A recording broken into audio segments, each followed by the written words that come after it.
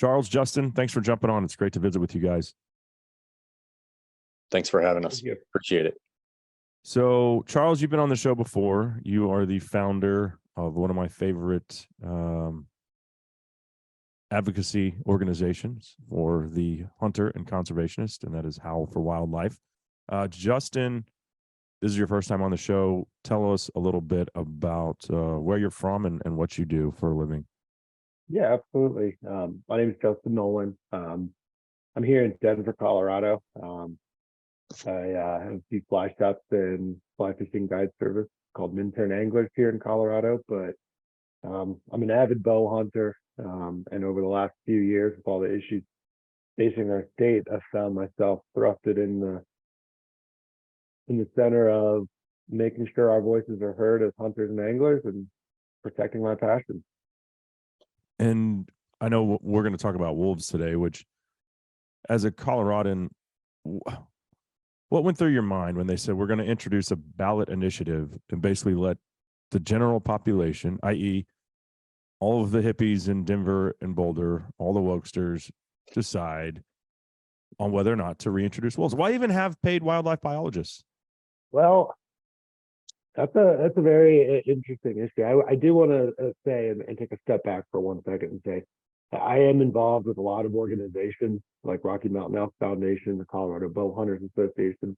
But these are my views here. I don't necessarily speak for those organizations, but I am actively involved here. And I was joking the other day of I wish I could pull the veil over my head again and just go back to keeping my head in the sand. But that's not going to help advance our causes. And I would say, I'll credit my wife here. She's been really good at helping me see the broader perspective. And I know it's really easy to victimize, say it's the hippies and everyone in Denver. And the more people I talk to, I just don't think they understand. And when you do have a conversation with the general public, what they think they voted for is not what's happening. And to get back to your question, ballot box biology is at the epicenter here, and it's just wrong for Colorado. And how I feel about it, I think Colorado Parks and Wildlife has a 120-year track record of fantastic wildlife management. I know the folks at Colorado Parks and Wildlife care deeply about our wildlife. They care about our hunting heritage, but they're just, in my opinion, they're just continually being stripped of any management tools. There's political pressures from the outside, whether it's the advocacy group, who quite frankly, I think feel because they have a favorable governor and first gentleman who has made it his platform to push advocacy agendas. I believe they think sportsmen are disorganized, asleep at the wheel, and that they can just get this through. I think the playbook was set with our, gosh, don't quote me on this, but 20 years ago when the spring bear hunts were taken from us, I think that laid the foundation that Colorado can be the ground zero or a blank canvas for these advocacy groups to try and push their agendas. If there's anything that I'm encouraged by, I think sportsmen are waking up and realizing we have a voice and that we can make a difference. Let's get back to Proposition 114. Well, I do want to interrupt you for 1 second before you talk about Prop 114. So when that ballot initiative was proposed, I reached out to Colorado Parks and Wildlife and tried to get their public comment on it. And the PR lady was like, well, we can't really comment on it. And I said to her, okay, so that's a gag order. She goes, no, it's not a gag order. We just can't comment. I said, that's a gag order. And she wouldn't admit it, that whether it was from the governor or the head of your fish and game department, somebody told them not to talk about it because the game wardens, they couldn't comment. Biologists couldn't comment. And those people knew what the answer was. And they, Colorado Parks and Wildlife, this had come up before historically, and they publicly said, we are opposed to that. And then this time around, they said, you're not allowed to comment because you will say the truth. So they said gag order. Well, that's the strategy. And I want to be careful. And of course, I mean, I believe there's gag orders on a lot of things. We had a mountain lion bill last year that was pushed forward by a special interest caucus and a state senator out of Boulder.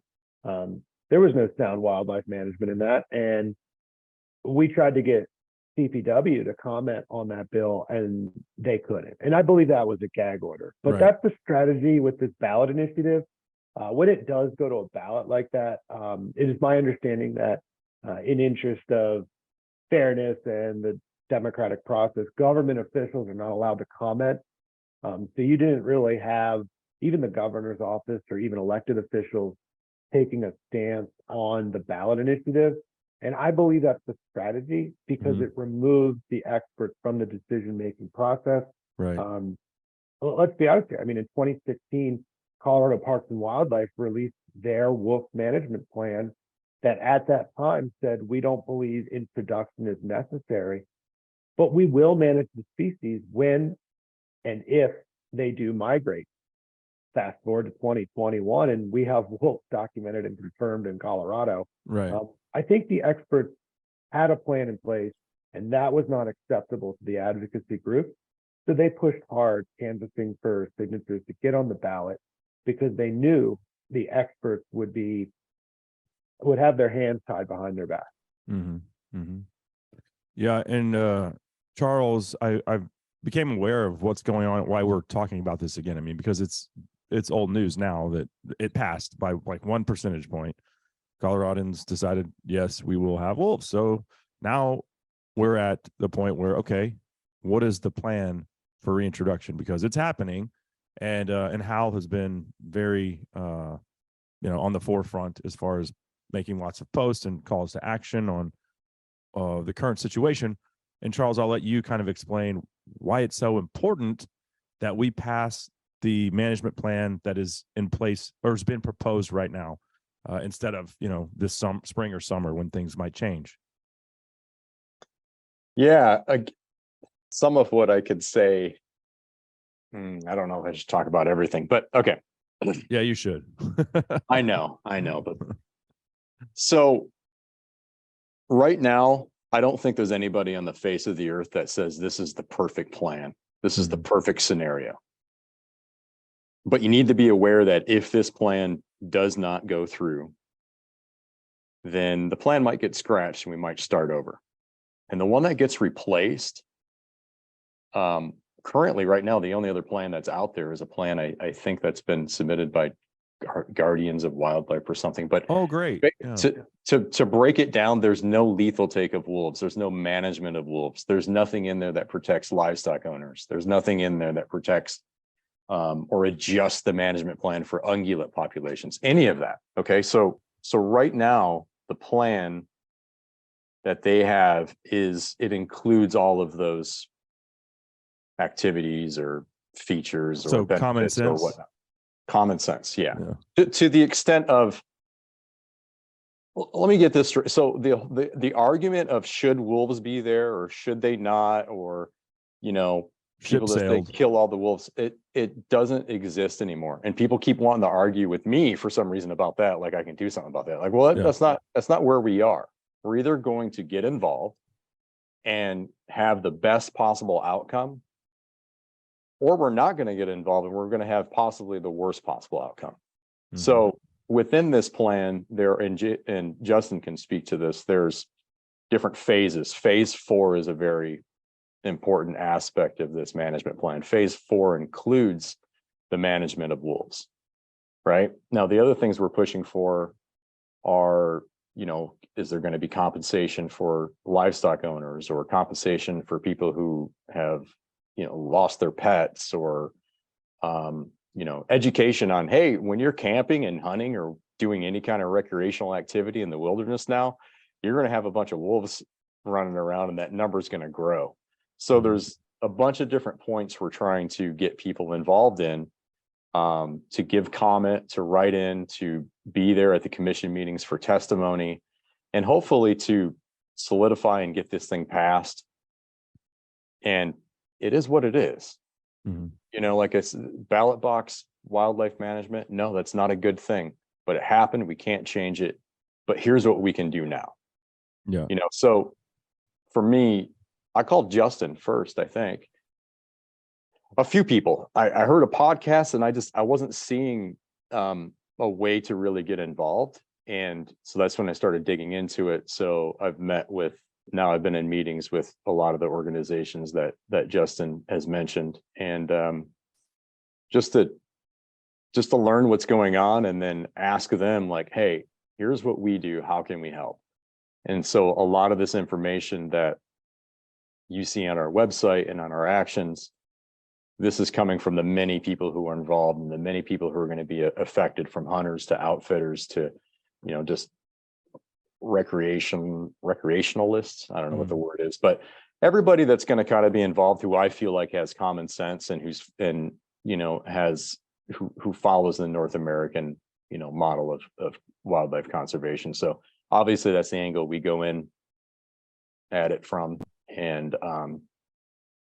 And hopefully we get a bunch of people involved, which it looks like we are. Well, the first thing I would say to anyone whose pet got eaten was, which way did you vote? Did you vote for the wolves? I'm going to have a hard time finding an ounce of sympathy for you if Fido got snatched. Sorry, your own ignorance. Here you are.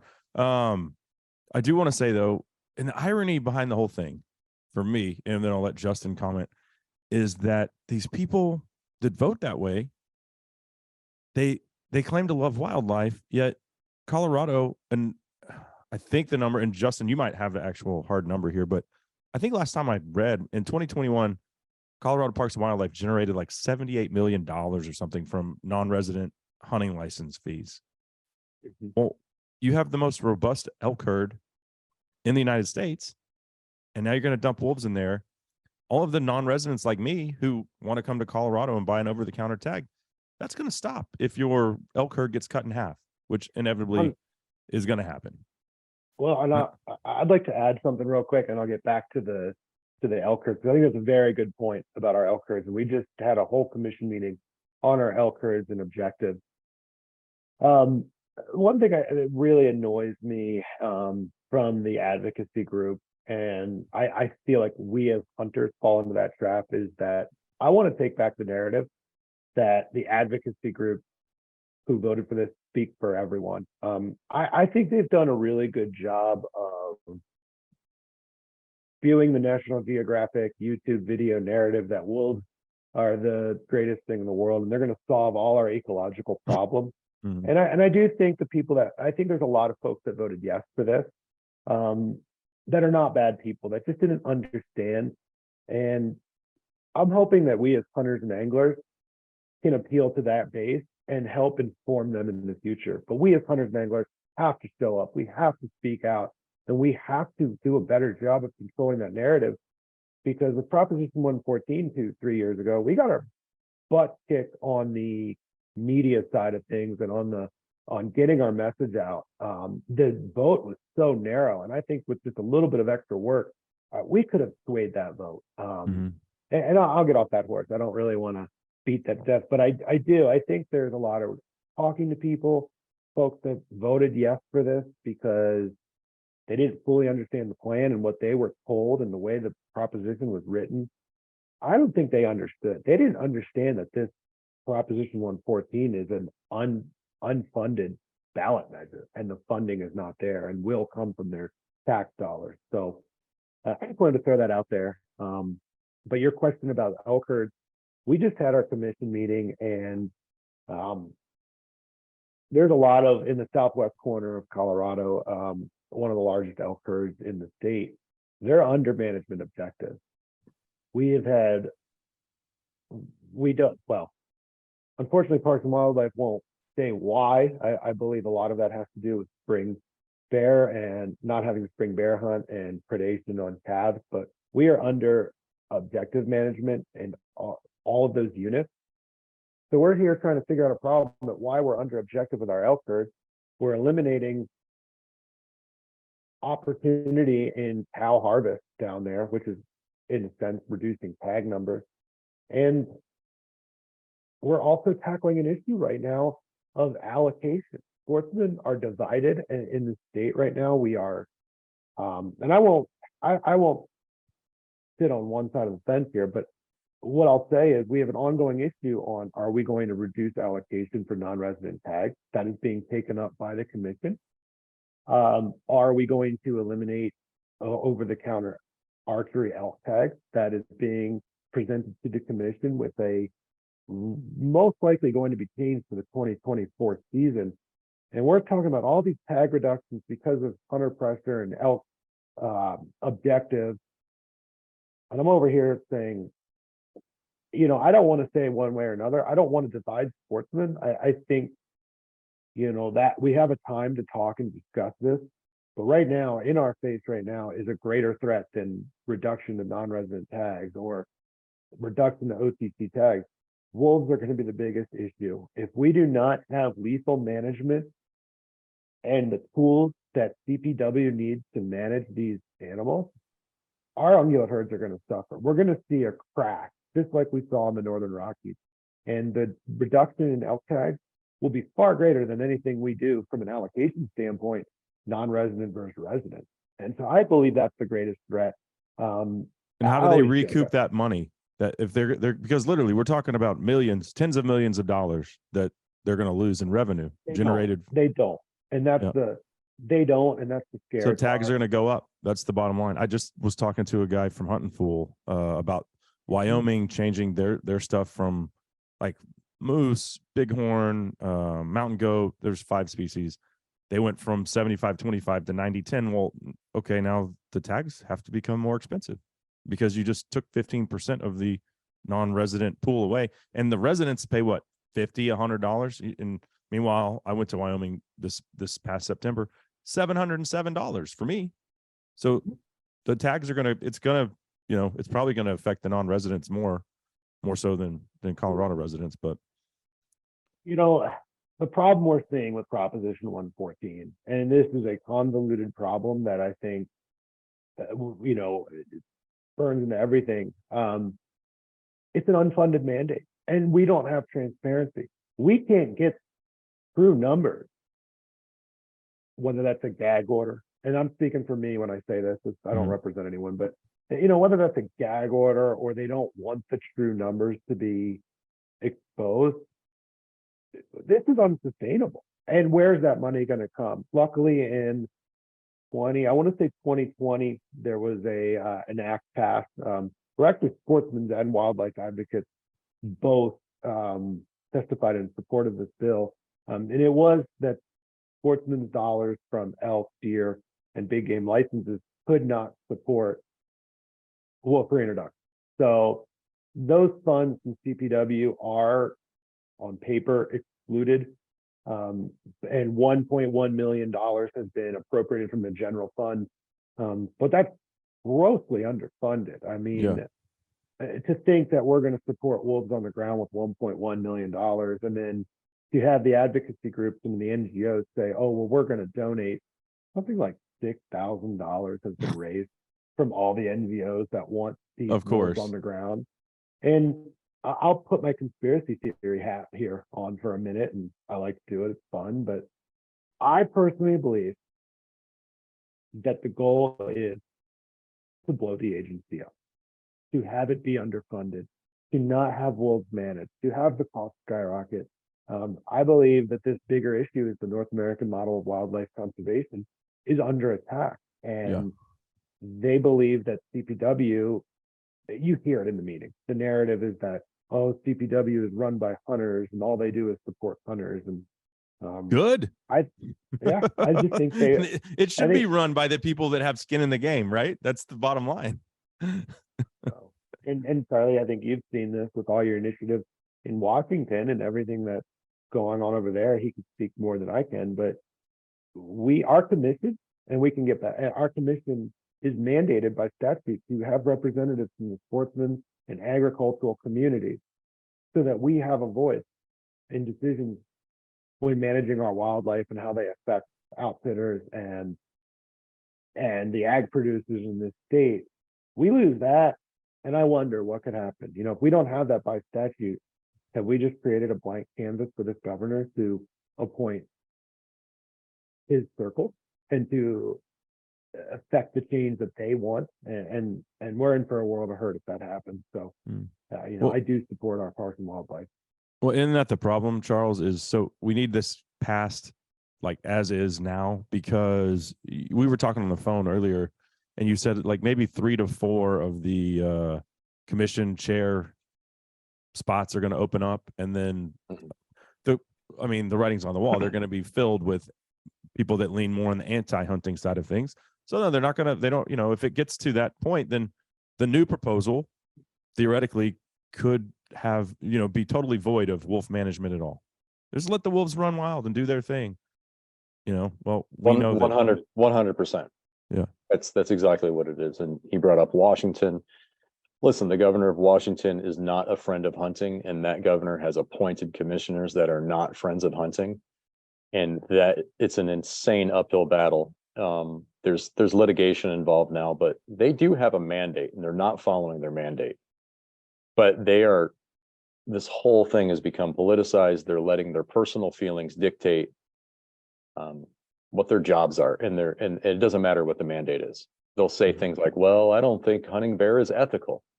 Well, that's cool, but your mandate says to maximize recreational fishing and hunting opportunities for all in Washington. So who cares? Does the science say the population is there? Yes, that's your mandate. Support that. Mm-hmm. And that's just what's happening. And it's not, for the people who say support the science, I encourage you to support the science. Right. Support the science until it doesn't suit my narrative, and then I'm gonna just do it with emotions. Yeah. We can't let it get to that point. So where do we sit right now? Like, when, I don't know if there's a meeting or a deadline as far as trying to get this passed as is, the plan that includes wolf management in phase 4, I think is what you alluded to, which, and we saw it with with Idaho, Wyoming, Montana. They got to, I think it was 100 breeding pairs in each state. And then they were supposed to the feds were supposed to turn it control over to the states for their own management. That crap's been locked up in court off and on for the better part of 25 years. Currently, those 3 states do have wolf seasons, but you look at like the Great Lakes states, Wisconsin, Michigan, and Minnesota, and they're getting their asses kicked. Their whitetail deer herds are getting decimated, and they have no plan. They can't do anything about it. Wolves are protected. We keep trying to get them taken off, and then it gets passed. Yeah, we're gonna have wolf season, and then no, it gets some circuit court judge shoots it down again. We can't have that happen in Colorado. Like you said, it's beating a dead horse at this point to talk about whether or not the wolves should be there or they shouldn't. They're coming. What do we do about it? So where do we sit now, Justin?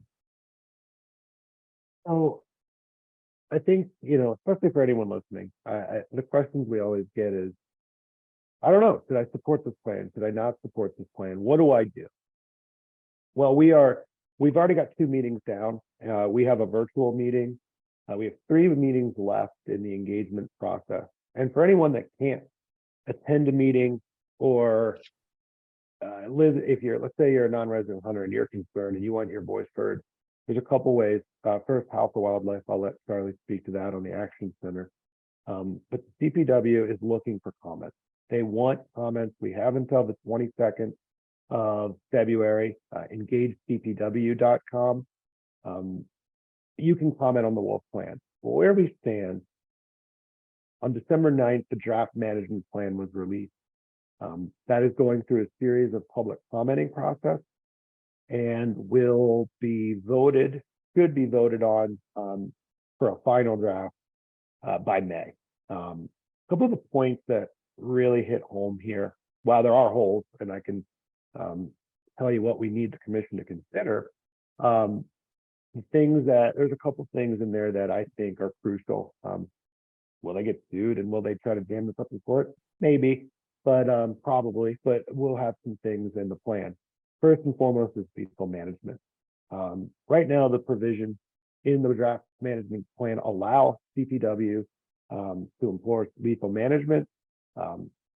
I think that this has been a compromise for both sides. And it calls for ag producers and affected parties to try non-lethal measures first, but does allow for lethal measures. It also calls for a management objective, I believe, of 150, 250 wolves. Advocacy groups are furious about this number. They hate this number. If you look at Yellowstone, I think the management objective is 150 wolves there.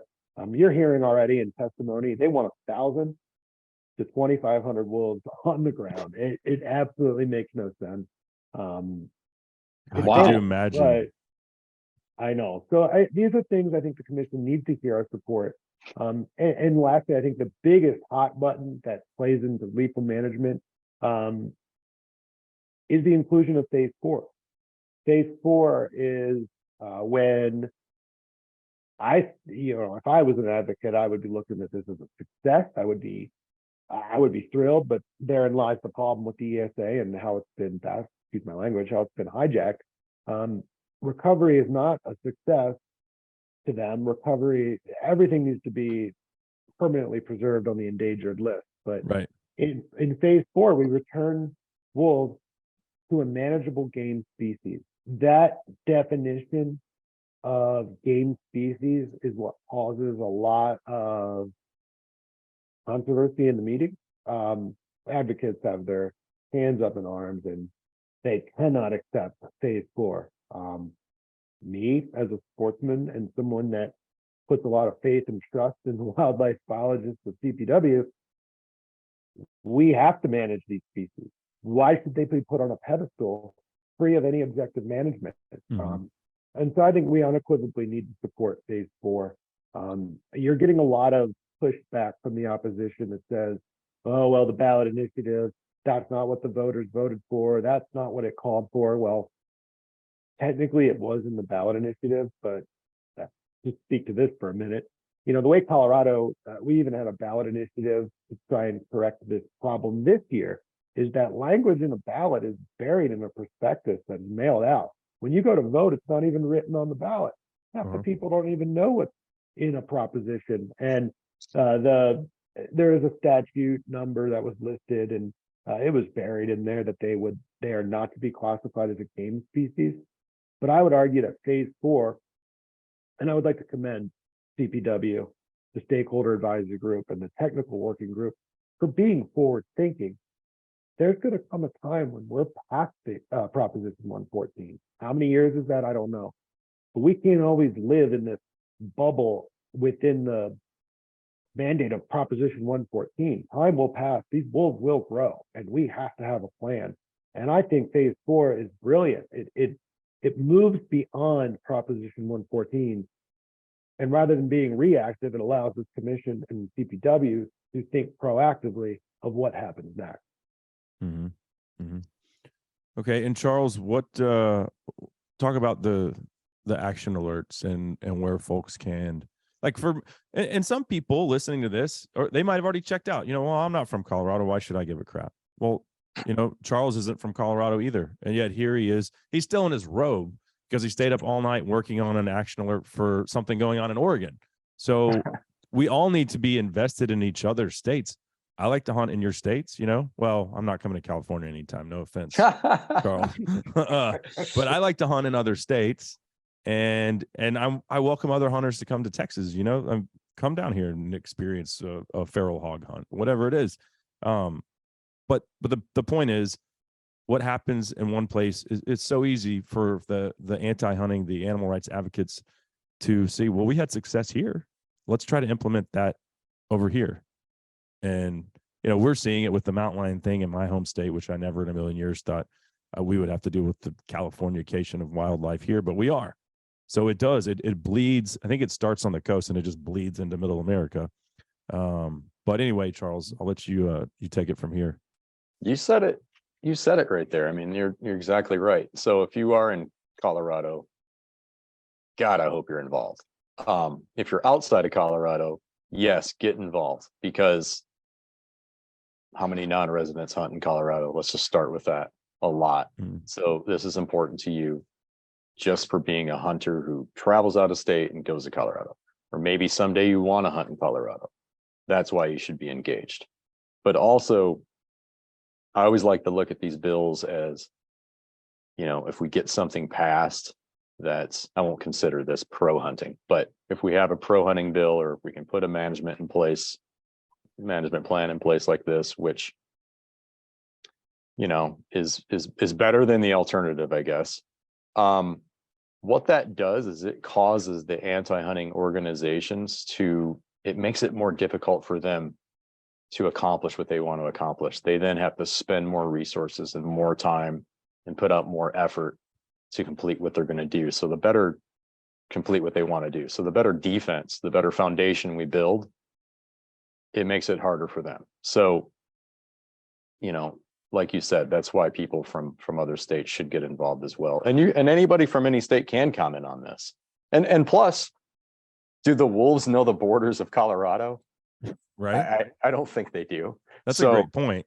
They're going to go into Arizona. We already know this. So they're going to go into Arizona, and then we're going to have hybrid wolves with the Mexican wolves, and you know, that's going to be insane. They're going to go to New Mexico.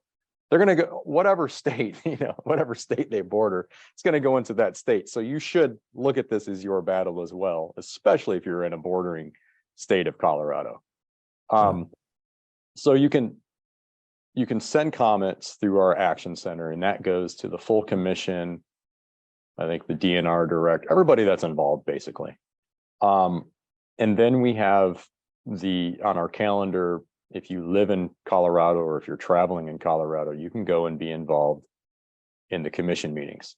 You can RSVP for those on our calendar. And what that does is just gives you the information, the when, where, and how to get to the place that you need to be. And you'll also get talking points. And then if there's anything that changes or whatever reminders, we send you those reminders. So that's why we have the RSVP deal going on. However, on the 16th of February, this is really important. This is the Zoom. They're having a commission meeting, but you can register to comment by Zoom. So anybody can do this. We haven't really started pushing this one specifically because it's still a few weeks out and we got a little bit of time to do that. But that one's going to be really important because all of our voices can come to that meeting, essentially. Charles, if I can interject there, I would encourage anyone, registration for the 16th meeting, I believe, is open. I'll double check on that. That is going to be, it's going to be very competitive to get on there. So I would love to encourage any pre-registration if you plan on speaking at the virtual commission meeting. No, you are right. There is also a deadline for that. So we'll probably start pushing that pretty heavy in the next 2 days. So yeah, get on there. You can pre-register, follow the directions when you get your email after you RSVP. And then Justin and I were talking. We saw an infographic from one of the wolf advocacy groups, and I think this was before the what town was it? Gunnison. So before the Gunnison meeting, they had an infographic, and it was basically like, hey, come meet us at this bar. We'll buy you a beer and we'll talk about what our plan is for wolves in Colorado, and we'll, you know, get you up to speed on how to comment at the next commission meeting, which is the next day. Do they drink beer? I figured they were like drinking soy lattes or something stupid like that. Yeah. Kombucha. Yeah. So I asked Justin, I said, is anyone else doing this that you're aware of, you know, but on the sportsman side? And he's like, no, I'm aware. I said, all right, well, let's do it. And I'll even come out to Denver for it. So for the Denver meeting, which is the final meeting, and hopefully maybe we can get a vote there, and, you know, maybe this plan will be in place. But so on the 22nd, you have the Denver commission meeting, which is going to be huge. However, on the 21st, we literally just did this last night, I think, Justin. We're going to have a sportsman's meetup, and it's going to be at a bar. Justin reserved a room there at this bar. It's at the Highland Tavern. That's in Denver. And we're just going to, you know, build community, talk to each other, have some fun, and talk about what's going to happen the next day in Denver. And if anybody has any questions about talking points or any questions about the plan, there's going to be members from other organizations there, and ranchers and hunters and you name it. So I haven't even actually made this public yet, but it is on the calendar. I threw it up last night. So we're going to start doing the same thing as that. I think to a lot of your That's point. it. Howl.org. Yeah, howl.org, howlforwildlife.org. It's under calendar, and you'll see it. It says Sportsman's Meetup. Okay. So you can also text wolf, the word wolf only, to our number, and that will, if you're already in our system, that'll automatically RSVP you. If you're not, you'll get a link to where you can click the link and RSVP from there. So trying to make it as easy as possible for everybody. And you can text Wolf to 415-965-2265, but all that's going to be blasted out on the social medias and email blasts and all that pretty soon. So yeah, I think we need to do the same thing. To your point earlier, the other side, they take over the narrative. They do a great job at reaching out to people, and I don't think we do. They're well funded and well organized. Yeah. And the longer I do this, the more I bang my head against the wall that we haven't been. Now, through organizations like Howl, SCI, Sportsman's Alliance, we're being more proactive than we've ever been. But it takes all of us, and you can't, like we said, you can't it can't just be out of sight, out of mind. Like, these things affect every one of us. And then you made a great point, like Arizonans, hey, the wolves are coming for you too. And what is it gonna be we're gonna treat them like coyotes, like if they're on your property or whatever, you shoot them? Or is the writing on the wall for us to have, now we're gonna have to have a wolf management plan? That's the crappy thing for the border states, is this Colorado's decision is now affecting all of them as well. But now, how do they deal with it, right? So get involved, because it does affect all of us, and we need a united front to defeat this type of, I just call it anti-wildlife management, because it's not management at all. Letting the wolves run free and kill at will, like with no type of management plan in place whatsoever, is idiotic at best. I don't know if there's anything else on this front. So why don't we finish with, I see a nice mule deer rack on your mantle there, Justin. What was the highlight of your hunting season? This year I harvested my first bull elk with a bow. Nice. In Southwest Colorado. It's been a lot of years in the making. I've gotten close, and so that was great. I got to spend a lot of good quality time with some friends in the woods this year. Got to help a buddy harvest his first elk this year as well. That's probably more rewarding than harvesting my own. And I know this is kind of cheeky and cheesy and fun, but went home to Maryland this year over Christmas and got to fill my dad's freezer with a whitetail buck as well. And nice. He hasn't had venison in years, and he was through the roof. Awesome. That's badass. And Charles, what about you? I mean, I don't know what your highlight was, but you told me you just took a nice over-the-counter muley in Arizona. Yeah, I did. That was definitely one of the highlights. I hunted a lot this past year. I mean, I always do, but this past year I went extra. It's probably He's out smiling as he says it, so it must have been a good year. 70 some days. Yeah, I did well. I went in different states, did really well in California, which you hate, but I love hunting here. I don't hate California. I hate because I think it's the prettiest state in the country, really. It has everything. Yeah. I just hate what's happened to California. Yeah, it definitely has everything. If you know what I mean. So the desert mule deer, that was my first desert mule deer. I was down there hunting coos and javelina and mule deer, whatever I could come up with. I just had a over the counter tag, and then I had a javelina, kind of a draw tag for a certain unit, but that's not really super hard to get. On the last day, I think it was day 7 or day 8, I stalked every single day. It was incredible. It's different environment in the cactus and everything that's trying to kill you down there. I stalked this buck for 7 hours and 43 minutes before I got the shot. Now, when I say stalking is, I was trying to keep an eye on him, and he would bed with his does, and I'd try and move in closer, and then I'd sit for hours. But the final sit, he was bedded with one doe, which was great because all the other does had left.